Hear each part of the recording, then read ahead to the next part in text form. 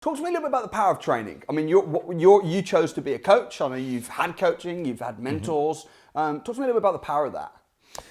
Yeah, I mean, I really feel that, in business, you need accountability. You need somebody to reach out to. I mean, if you think about any business, it always has a board of directors, somebody above the CEO, and then ultimately the shareholders above that. So you're always being accountable. So being in business can be a lonely place at the top. So to have training, to have mentorship is really, really important. It's something I've learned over the years.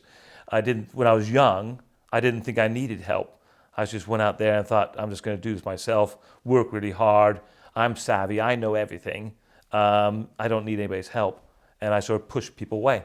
Doug, as you mentioned before, who I work with, who's my cousin, he reached out to me many years ago and said, Tony, do you want some help doing this and that? And I avoided taking his calls, to be honest, and I just didn't need anybody. And what was that? Was that like an ego thing, or?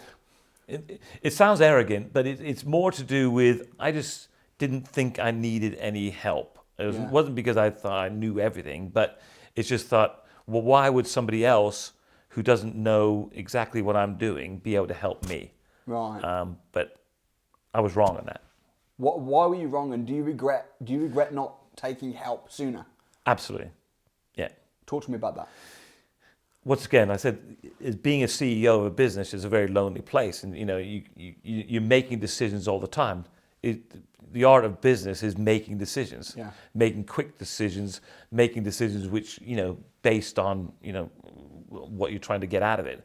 And if you've got nobody to soundboard off of, nobody to sort of share ideas with, then how do you know it's the right decision? Yeah.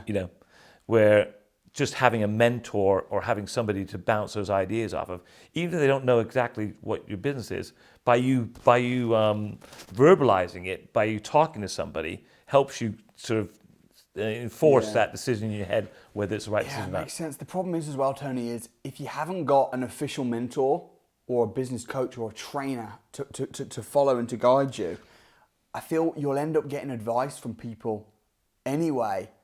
Maybe your wife or your kids or Dave down the pub, and they're going to give you terrible advice. Yeah. So you may as well just get advice from the right people. Absolutely. Absolutely. Because everyone talks about their issues, and it's like, who are the 5 people that you're speaking with? Who are the 5 people you're getting advice from, you're bouncing ideas off? Okay, are those 5 people financially free? Yeah. If not, maybe you need to find some different people. What have been your biggest lessons, mistakes? Because I know you've had some real problems. I mean, your business, oh my goodness, you lost a lot of money a few years back. Yeah. I mean, what did you learn from that? Once again, it was by not